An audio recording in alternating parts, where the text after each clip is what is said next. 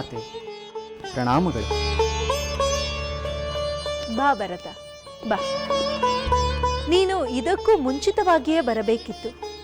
ಏಕೆ ಬರಲಿಲ್ಲವೆಂದು ಯೋಚಿಸುತ್ತಿದ್ದೆ. ಆಗ ನೀನು ನಿನ್ನ ಸತಿಯೊಂದಿಗೆ ಸರಯೂ ನದಿಯಲ್ಲಿ ನೌಕ ವಿಹಾರಕ್ಕೆಂದು ಹೋಗಿರುವ ವಿಷಯ ತಿಳಿಯಿತು. ಹೌದು ಮಾತೆ. ಮಾಂಡವಿಗೆ ಸರಯೂ ನದಿಯ ಬಗ್ಗೆ ಪಾವನ ಚರಿತೆಯನ್ನು ಹೇಳಿದಾಗ ಅವಳು ಅದನ್ನು ನೋಡಲು ಅಪೇಕ್ಷಿಸಿದಳು. ಅದಕ್ಕಾಗಿ ನಾನು ನೌಕಾವಿಹಾರಕ್ಕೆ ಕರೆದುಕೊಂಡು ಹೋಗಿದ್ದೆ. ಭರತ, ನಿನ್ನ ಸತಿ ಮಾಂಡವಿಗೆ ಪಾವನ ಸರಯೂ ನದಿಯ ದರ್ಶನ ಮಾಡಿಸಿದ್ದು ಒಳ್ಳೆಯದೇ ಆಯಿತು. ಅವಳು ಅದರಿಂದ ಸಂತೋಷಪಟ್ಟಳು ತಾನೆ? ಖಂಡಿತವಾಗಿ ಅವಳು ಬಹಳಷ್ಟು ಸಂತೋಷವನ್ನು ವ್ಯಕ್ತಪಡಿಸಿದಳು. ಭರತ, ನಿನ್ನ ಸತಿ ಅಯೋಧ್ಯೆಗೆ ಬಂದಾಗಿನಿಂದ ಸಂತೋಷವಾಗಿಯೇ ಇದ್ದಾಳೆ. ನಿನಗೆ ತಿಳಿದಿರುವ ಹಾಗೆ ಅವಳು ಯಾವ ವಿಚಾರದಲ್ಲಾದರೂ ಬೇಸರವನ್ನು ವ್ಯಕ್ತಪಡಿಸಿದ್ದಾಳೆಯೇ? ಇಲ್ಲ ಮಾತೆ, ಅವಳು ಯಾವುದೇ ವಿಚಾರದಲ್ಲಿ ಬೇಸರವನ್ನು ತಾಳಿಲ್ಲ. ಮಗನೇ, ನಿನ್ನ ಸಹೋದರ ಏಕಪತ್ನಿ ವ್ರತಸ್ಥನೆಂದು ಪ್ರತಿಜ್ಞೆ ಮಾಡಿದಾಗ ನೀನು ಹಾಗೆ ಮಾಡಲಿಲ್ಲವೆಂದು ಅವಳಿಗೆ ಬೇಸರವಾಗಲಿಲ್ಲವೇ? ಇಲ್ಲ ಮಾತೆ, ಇಲ್ಲ. ನಾವು 3 ಸಹೋದರರು ಹಿರಿಯ ಸಹೋದರನ ಆದರ್ಶವನ್ನು ಪಾಲಿಸುತ್ತೇವೆ ಎಂದು ಮಾಂಡವಿಗೆ ತಿಳಿದಿದೆ. ಹಾಗಾಗಿ ಅವಳು ಸಂತೋಷವನ್ನೇ ಪಟ್ಟಳು. ಅವಳು ಸಂತೋಷ ಪಡುವುದರಲ್ಲಿ ವಿಶೇಷವೇನೂ ಇಲ್ಲ. ಆದರೆ ನಿನ್ನ ಸಹೋದರ ತನ್ನ ತಂದೆ ಏಕಪತ್ನಿ ವ್ರತಸ್ಥನಲ್ಲ ಎಂದು ತಿಳಿದು ಅವರ ಎದುರೇ ತಾನು ಏಕಪತ್ನಿ ವ್ರತಸ್ಥನೆಂದು ಪ್ರತಿಜ್ಞೆ ಮಾಡುವುದು ಅವರಿಗೆ ಅವಮಾನವನ್ನು ಮಾಡಿದಂತೆ ಆಗುವುದಿಲ್ಲವೇ? ಮಾತೆ, ಸ್ವತಃ ತಂದೆಯವರೇ ಹಿರಿಯ ಸಹೋದರನ ಆದರ್ಶವನ್ನು ಮೆಚ್ಚಿದ್ದಾರೆ. ಇಷ್ಟಕ್ಕೂ ತಂದೆಯವರು ಸಂತಾನದ ಕಾರಣಕ್ಕೋಸ್ಕರ 3 ವಿವಾಹವಾಗಿದ್ದು ತಾನೆ? ಕಾರಣವೇನೇ ಇರಲಿ ಭರತ, ತನ್ನ ತಂದೆ ಏಕಪತ್ನಿ ವ್ರತಸ್ಥರಲ್ಲ. ಹೀಗಿದ್ದ ಮೇಲೂ ಅವರೆದುರು ತಾನು ಏಕಪತ್ನಿ ವ್ರತಸ್ಥನೆಂದು ಪ್ರತಿಜ್ಞೆ ಮಾಡುವುದು ಅವರ ಮನಸ್ಸಿಗೆ ವಿಷಾದವನ್ನುಂಟು ಮಾಡುತ್ತದೆ ಮಗನೇ. ಮಾತೆ, ಹಾಗೇನಾದರೂ ಆಗಿದ್ದರೆ ಅದು ಅನೇಕರ ಸಂತೋಷಕ್ಕೆ ಕಾರಣವಾಗಿರುವುದು ಸತ್ಯ. ಒಂದು ಸದುದ್ದೇಶ ಅನೇಕರ ಸಂತೋಷಕ್ಕೆ ಕಾರಣವಾದರೆ ಇನ್ನೊಬ್ಬರ ವಿಷಾದಕ್ಕೆ ಕಾರಣವಾಗುವುದು ತಪ್ಪೇನಿಲ್ಲ. ಭರತ, ನಿನಗೆ ತಂದೆಗಿಂತ ಸಹೋದರನ ಮೇಲೆಯೇ ಹೆಚ್ಚು ಪ್ರೀತಿಯೇ? ಮಾತೆ, ಒಳ್ಳೆಯದನ್ನು ಮಾಡುವ ಎಲ್ಲರ ಮೇಲೂ ನನಗೆ ಪ್ರೀತಿ ಇದೆ. ನಾನಿನ್ನು ಬರುತ್ತೇನೆ.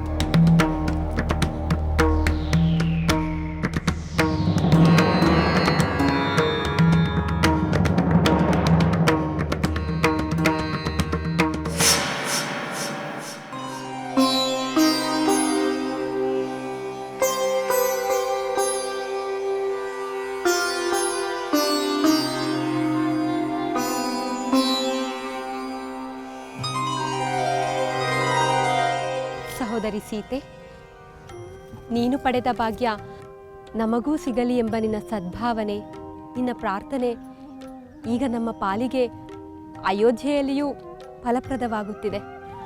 ಹೌದು, ಮಿಥಿಲೆಯಲ್ಲಿ ಸೀತಾ ಸಹೋದರಿಯ ಕಂಕಣ ಭಾಗ್ಯ ಕೂಡಿ ಬಂತು. ಅದೇ ಭಾಗ್ಯ ನಮಗೂ ದೊರೆಯಿತು. ಈಗ ಇಲ್ಲಿ ಸಹೋದರಿ ಸೀತೆಯ ಪತಿದೇವರು ಏಕಪತ್ನಿ ವ್ರತಸ್ಥನಾಗಿರುತ್ತೇನೆ ಎಂದು ಪ್ರತಿಜ್ಞೆಯನ್ನು ಮಾಡಿದರು. ಅವರ ಸಹೋದರರು ಅವರನ್ನೇ ಅನುಕರಿಸುವುದರಿಂದ ಆ ಭಾಗ್ಯವೂ ಈಗ ನಮಗೂ ದೊರೆಯಿತು. ಹೌದು, ಅದಕ್ಕೆ ನಾನು ಒಂದು ನಿರ್ಧಾರಕ್ಕೆ ಬಂದೆ.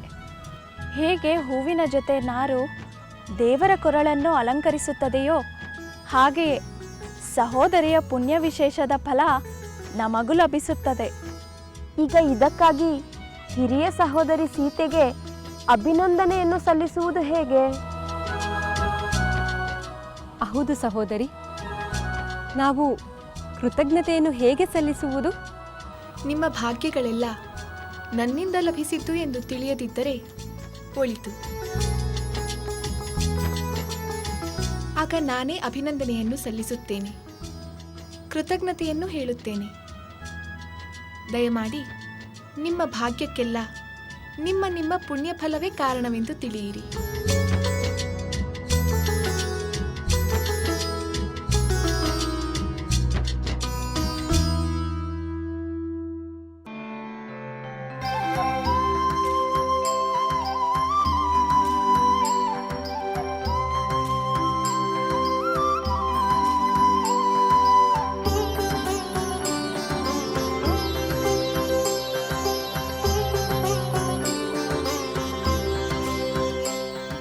ಆಹಾ, ನಮ್ಮ ರಾಮಚಂದ್ರ ಪ್ರಭು ಮಾಡಿದ ಪ್ರತಿಜ್ಞೆಯನ್ನು ಕೇಳಿ ಮಹಾದಾನಂದವಾಯಿತು. ಇಂದು ನಮ್ಮ ಮನೆಯಲ್ಲಿ ಹಬ್ಬವನ್ನು ಮಾಡಿದೆ. ನಾನು ಅಷ್ಟೇ ಮನೆಯಲ್ಲಿ ಪಾಯಸವನ್ನು ಮಾಡಿ ಪಕ್ಕದ ಮನೆಯವರಿಗೆಲ್ಲ ಹಂಚಿದೆ. ನಮ್ಮ ರಾಮಚಂದ್ರ ಮೂರ್ತಿಗಳು ಮಾಡಿದ ಪ್ರತಿಜ್ಞೆಯನ್ನೇ ಅವರ ತಂದೆಯವರಾದ ದಶರಥ ಮಹಾರಾಜರು ಮಾಡಿದ್ದರೆ ಬಹುಶಃ ಈ ಅಯೋಧ್ಯೆಯಲ್ಲಿ ನಮ್ಮಂಥ ಮಹಿಳೆಯರಿಗೆ ಸವತಿಯರ ಸಮಸ್ಯೆಯೇ ಬರುತ್ತಿರಲಿಲ್ಲ ಅನಿಸುತ್ತದೆ. ಹೋಗಲಿ ಬಿಡು, ನಮ್ಮ ಕಾಲವಂತೂ ಆಗಿ ಹೋಯಿತು.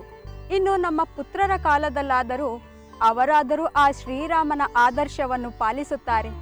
ಆಗ ಎಲ್ಲರೂ ಏಕಪತಿ ವ್ರತಸ್ಥರಾಗಿರುತ್ತಾರೆ. ಎಲ್ಲ ಹೆಣ್ಣು ಮಕ್ಕಳಿಗೂ ತನ್ನ ಪತಿಯ ಸಂಪೂರ್ಣ ಪ್ರೀತಿಯು ದೊರೆಯುತ್ತದೆ. ಹಾಗೆಯೇ ಸವತಿ ಕಾಟವೂ ತಪ್ಪುತ್ತದೆ. ಆ ಸೀತಾಮಾತೆ ಮಹಾಪುಣ್ಯವಂತೆ, ಸದ್ಗುಣವಂತೆ. ಆಕೆ ಅಯೋಧ್ಯೆಗೆ ಕಾಲಿಟ್ಟೊಡನೆ ನಮ್ಮೆಲ್ಲರಿಗೂ ಶುಭವೇ ಆಗುತ್ತದೆ. ಸೀತಾಮಾತೆಯ ಕಾಲ್ಗುಣದಿಂದ ಅಯೋಧ್ಯೆಗೆ ಸಂತೋಷ ಉಂಟಾಗಿದೆ. ಆ ತಾಯಿ ತನ್ನ ಪತಿಯ ಮೂಲಕ ಈ ದೇಶಕ್ಕೆ ಒಳ್ಳೆ ಕೆಲಸ ಮಾಡಿಸುವುದರಲ್ಲಿ ನನಗಂತೂ ಸಂಶಯವೇ ಇಲ್ಲ.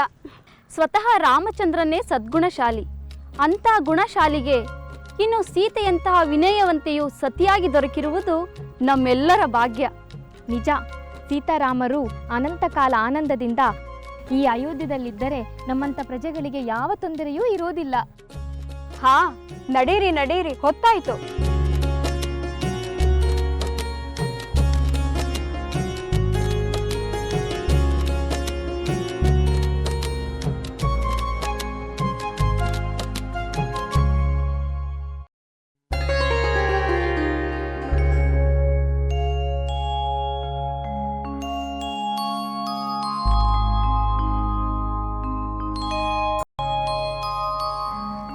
ಸೀತೆ, ನೀನು ಇಲ್ಲಿರುವೆಯಾ? ಮಾತೆಯವರೇ, ಸಖಿಯೊಂದಿಗೆ ಹೇಳಿ ಕಳುಹಿಸಿದರೆ ನಾನೇ ಬರುತ್ತಿದ್ದೆ. ಇಲ್ಲ ಸೀತೆ, ಇಂದು ನಾನೇ ನಿನ್ನನ್ನು ಬಂದು ನೋಡಬೇಕೆಂದು ಅಪೇಕ್ಷಿಸಿದೆ. ನನಗೆ ನೀನು ಏನು ಮಾಡುತ್ತಿರುವೆ ಎಂದು ನೋಡುವ ಕುತೂಹಲ. ಅದಕ್ಕೆ ನಾನೇ ಧಾವಿಸಿ ಬಂದೆ. ಏಕೆ ಮಾತೆಯವರೇ? ನನ್ನಿಂದ ನಿಮ್ಮ ಮನಸ್ಸಿಗೆ ಬೇಸರವಾಗಲಿ ನಿರಾಶೆಯಾಗಲಿ ಉಂಟಾಗಿದೆಯೇ? ಖಂಡಿತವಾಗಿಯೂ ಇಲ್ಲ ಸೀತೆ. ನೀನು ಮಾಡುತ್ತಿರುವ ಕಾರ್ಯ ಸಂತೋಷವನ್ನುಂಟು ಮಾಡುತ್ತಿದೆ. ಅಯೋಧ್ಯೆ ಮಹಾರಾಜರ ಹಿರಿಯ ಸೊಸೆ ನೀನು. ಸಾಧಾರಣ ಹೆಣ್ಣಿನಂತೆ ಹೂಗಳನ್ನು ಬಿಡಿಸುತ್ತಿರುವುದನ್ನು ಕಂಡು ನನಗೆ ಆಶ್ಚರ್ಯವೂ ಆಗುತ್ತಿದೆ, ಆನಂದವೂ ಆಗುತ್ತಿದೆ. ಮಾತಾಮಯಿ, ಮಿಥಿಲೆಯಲ್ಲಿಯೂ ಕೂಡ ರಾಜ್ಯೋದ್ಯಾನದಲ್ಲಿ ನಾನೇ ಸ್ವತಃ ಹೂಗಳನ್ನು ಬಿಡಿಸಿ ತಂದು ಪೂಜೆಗೆ ಹೂಮಾಲೆಯನ್ನು ಕಟ್ಟುತ್ತಿದ್ದೆ. ಹೂಗಿಡಗಳನ್ನು ಬೆಳೆಸುವುದು, ಪೋಷಿಸುವುದು ನನಗೆ ಪ್ರಿಯವಾದ ಕೆಲಸಗಳು. ಸಖಿಯರಿಂದ ಆ ಕೆಲಸ ಮಾಡಿಸುವುದಕ್ಕಿಂತ ನಾನೇ ಮಾಡುವುದರಲ್ಲಿ ಆನಂದ. ಸೀತೆ, ನಿನ್ನ ಗುಣಗಳಲ್ಲಿ ಪರಿಸರ ಪ್ರೇಮ ಗುಣವು ನನಗೆ ಮೆಚ್ಚುಗೆಯಾಗಿದೆ. ಅಂದ ಹಾಗೆ ಮಿಥಿಲೆಯಲ್ಲಿರುವಾಗ ಹೂಮಾಲೆಯನ್ನು ಕಟ್ಟಿ ದೇವರಿಗೆ ಅರ್ಪಿಸುತ್ತೇನೆ ಎಂದೆಯಲ್ಲ, ಈಗ ಈ ಹೂಮಾಲೆಯನ್ನು ಯಾರಿಗೆ ಅರ್ಪಿಸುತ್ತಿರುವೆ? ಅದು ನಾಚಿಕೆ? ನನ್ನ ಬಳಿ ಏಕೆ ನಾಚಿಕೆ? ಈ ಪುಷ್ಪಮಾಲೆಯನ್ನು ನಿಮ್ಮ ಪುತ್ರನಿಗೆ ಅರ್ಪಿಸುತ್ತೇನೆ. ಬಹಳ ಸಂತೋಷ. ನಿನ್ನ ಕೋಮಲ ಕೈಗಳಿಂದ ಮಾಡಿದ ಈ ಪುಷ್ಪಮಾಲೆಯನ್ನು ಧರಿಸಲು ರಾಮಚಂದ್ರನು ನಿಜಕ್ಕೂ ಭಾಗ್ಯ ಮಾಡಿದ್ದ. ಅವರಿಗಿಂತ ಹೆಚ್ಚಿನ ಭಾಗ್ಯಶಾಲಿ ನಾನು ಮಾತೆಯವರೇ. ಸೀತೆ, ನಿಜ, ನಾವಿಬ್ಬರೂ ಭಾಗ್ಯಶಾಲಿಗಳೇ. ರಾಮಚಂದ್ರನು ಏಕಪತ್ನಿ ವ್ರತ ಪ್ರತಿಜ್ಞೆಯನ್ನು ಮಾಡಿದ ಮೇಲೆ ನಮ್ಮಿಬ್ಬರ ಭಾಗ್ಯಕ್ಕೆ ಹೋಲಿಕೆಯೇ ಇಲ್ಲ. ಸೀತೆ, ನಾನು ನಿನಗೊಂದು ಸಲಹೆಯನ್ನು ನೀಡಲೇ? ಖಂಡಿತ ಮಾತೆಯವರೇ.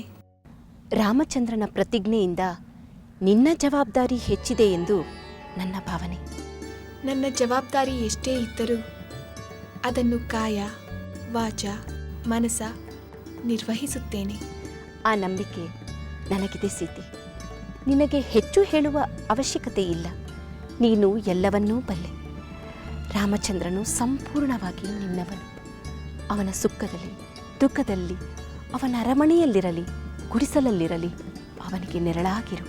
ಅದೇ ನಿನ್ನ ಕರ್ತವ್ಯ. ಇದೇ ನೀನು ರಾಮಚಂದ್ರನ ಪ್ರತಿಜ್ಞೆಗೆ ಕೊಡುವ ಗೌರವ. ಮಾತೆಯವರೇ, ನೀವು ಹೇಳಿದ ಹಾಗೆ ನಾನು ಅವರಿಗೆ ನೆರಳಾಗಿರುವುದು ನಾನು ಅವರಿಗೆ ಕೊಡುವ ಗೌರವ ಮಾತ್ರವಲ್ಲ, ಅದು ನನ್ನ ಕರ್ತವ್ಯ. ಅವರ ಸಹಧರ್ಮಿಣಿಯಾಗಿ ನನ್ನ ಸರ್ವಸ್ವವನ್ನು ಅವರಿಗೆ ಮೀಸಲಿಡುತ್ತೇನೆ. ಸಂತೋಷ. ನೀನು ಈಗ ನಿನ್ನ ಪತಿಯ ಮಾಲೆಯನ್ನು ಮುಂದುವರಿಸು. ನಾನು ಹೋಗಿ ಬರುವೆ.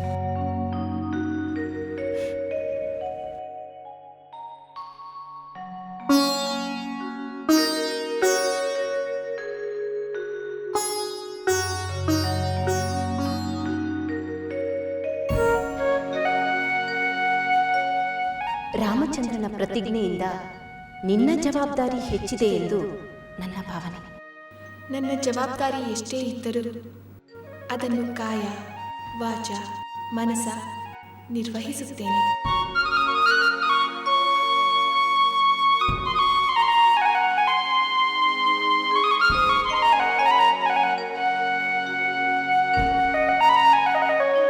ಅವನ ಸುಖದಲ್ಲಿ ದುಃಖದಲ್ಲಿ, ಅವನ ಅರಮನೆಯಲ್ಲಿರಲಿ ಗುಡಿಸಲಲ್ಲಿರಲಿ ಅವನಿಗೆ ನೆರಳಾಗಿರು. ಅದೇ ನಿನ್ನ ಕರ್ತವ್ಯ.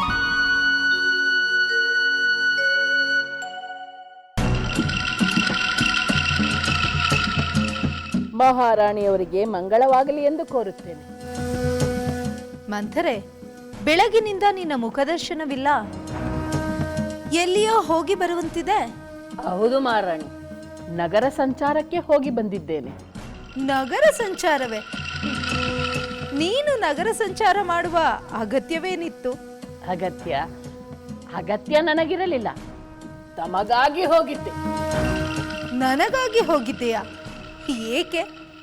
ಮಹಾರಾಣಿ, ನಗರದ ಪ್ರಜೆಗಳು ನಮ್ಮ ರಾಜಪರಿವಾರದ ಬಗ್ಗೆ ಯಾವ ಅಭಿಪ್ರಾಯ ಇಟ್ಟುಕೊಂಡಿದ್ದಾರೆ, ಏನನ್ನು ಮಾತನಾಡುತ್ತಿದ್ದಾರೆ ಎಂದು ತಿಳಿದುಕೊಳ್ಳುವುದು ಒಳ್ಳೆಯದು.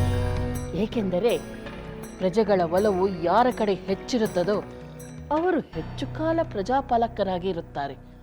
ಯಾರು ಪ್ರಜೆಗಳ ಒಲವನ್ನು ಕಳೆದುಕೊಳ್ಳುತ್ತಾರೋ ಅವರು ಹೆಚ್ಚು ಅಧಿಕಾರ ಪಡೆದುಕೊಳ್ಳುವುದು ಕಷ್ಟವಾಗುತ್ತದೆ.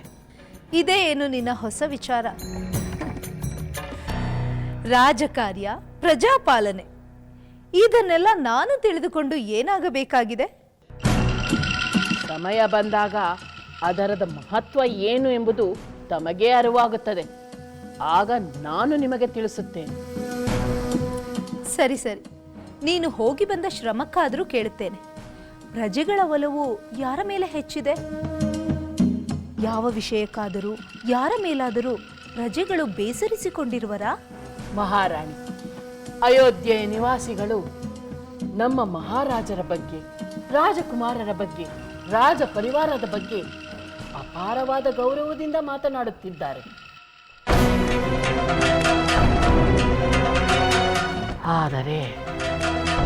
ಆದರೇನು ಮಂಥರೆ?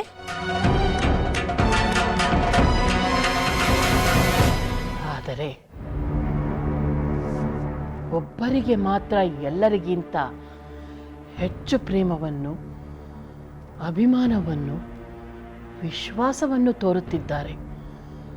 ಅತ್ಯಂತ ಹೊಗಳಿಕೆಯಿಂದ ಮಾತನಾಡುತ್ತಿದ್ದಾರೆ. ಅವರು ಯಾರೆಂದು ಹೇಳುವೆಯಾ? ಖಂಡಿತವಾಗಿ ಹೇಳುತ್ತೇನೆ. ಇನ್ಯಾರ ಬಗ್ಗೆ? ರಾಮಚಂದ್ರನ ಬಗ್ಗೆ. ರಾಮಚಂದ್ರ ಮಿಥಿಲೆಗೆ ಹೋಗಿದ್ದು, ರಾಮಚಂದ್ರ ಶಿವಧನಸ್ಸನ್ನು ಮುರಿದದ್ದು, ರಾಮಚಂದ್ರ ತಾಟಕಿ ಸುಬಾಹುವಿನ ಸಂಹಾರ ಮಾಡಿದ್ದು, ಇದೆಲ್ಲ ಹಳೆಯ ಕಥೆ ಆಯಿತು.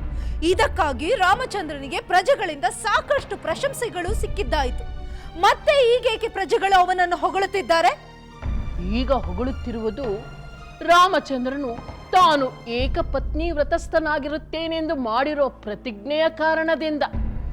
ಈ ರಾಮನ ಪ್ರತಿಜ್ಞೆಯು ಅಯೋಧ್ಯೆಯ ಪುರುಷರಿಗೆ ಮಾದರಿಯಾಗಿ ಸ್ತ್ರೀಯರಿಗೆ ಸಂಕಷ್ಟ ತಪ್ಪುತ್ತದೆ ಎಂದೆಲ್ಲ ರಾಮಚಂದ್ರನನ್ನು ಏನೇನೋ ಹೊಗಳುತ್ತಿದ್ದಾರೆ. ಹೊಗಳಲಿ ಬಿಡು. ಯಾರಾದರೂ ಒಳ್ಳೆಯ ಕೆಲಸ ಮಾಡಿದರೆ ಹೊಗಳುವುದರಲ್ಲಿ ತಪ್ಪೇನಿದೆ? ಒಪ್ಪುತ್ತೇನೆ, ನಿಮ್ಮ ಮಾತನ್ನು ಒಪ್ಪುತ್ತೇನೆ. ಆದರೆ ಪ್ರಶಂಸೆಗಳು, ಒಳ್ಳೆಯ ಕೆಲಸಗಳು ರಾಮನಿಂದಲೇ ಆಗುತ್ತಿದ್ದರೆ ಸರಿಯೇ? ನಿನ್ನ ಮಾತಿನ ಅರ್ಥವೇನು ಮಂಥರೆ? ಮಹಾರಾಣಿ, ರಾಮನು ಪ್ರಜೆಗಳಿಂದ ಪ್ರಶಂಸೆಗೊಳ್ಳುತ್ತಿದ್ದರೆ ಕೌಸಲ್ಯಗೆ ಆನಂದ ಉಂಟಾಗುತ್ತದೆ. ಅಂತಹ ಆನಂದವನ್ನು ನೀವು ಪಡೆಯಬೇಕೆಂಬುದು ನನ್ನ ಆಸೆ. ಅಂದರೆ ನನ್ನ ಪುತ್ರ ಭರತನಿಂದಲೂ ಅಂತಹ ಒಳ್ಳೆ ಕಾರ್ಯಗಳು ಆಗಬೇಕೆನ್ನುತ್ತೀಯಾ? ಖಂಡಿತವಾಗಿ. ಭರತನು ಪ್ರಜೆಗಳ ಪ್ರಶಂಸಕ್ಕೆ ಒಳಗಾಗಬೇಕು, ಅದೇ ನನ್ನ ಆಸೆ. ಆದರೆ ಅಂತಹ ಅವಕಾಶಗಳೇ ಬರುತ್ತಿಲ್ಲವಲ್ಲ ಮಂಥರೆ? ಅವಕಾಶಗಳು ನಮ್ಮನ್ನು ಹುಡುಕಿಕೊಂಡು ಬರುವುದಿಲ್ಲ ಮಹಾರಾಣಿ. ನಮಗೆ ಬೇಕಾದ ಅವಕಾಶಗಳನ್ನು ನಾವೇ ಸೃಷ್ಟಿಸಿಕೊಳ್ಳಬೇಕಾಗುತ್ತದೆ. ಮಹಾರಾಣಿ, ನಗರ ಸಂಚಾರ ಮಾಡಿ ನಾನು ಬಳಲಿರುವೆ. ಸ್ವಲ್ಪ ಉಪಹಾರ ಸೇವಿಸಿ ಬರುತ್ತೇನೆ. ಅಪ್ಪಣೆ.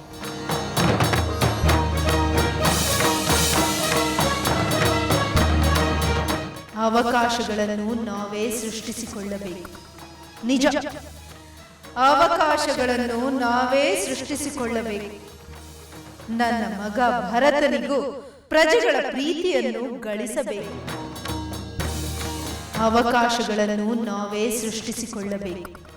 ನಿಜ, ಅವಕಾಶಗಳನ್ನು ನಾವೇ ಸೃಷ್ಟಿಸಿಕೊಳ್ಳಬೇಕು.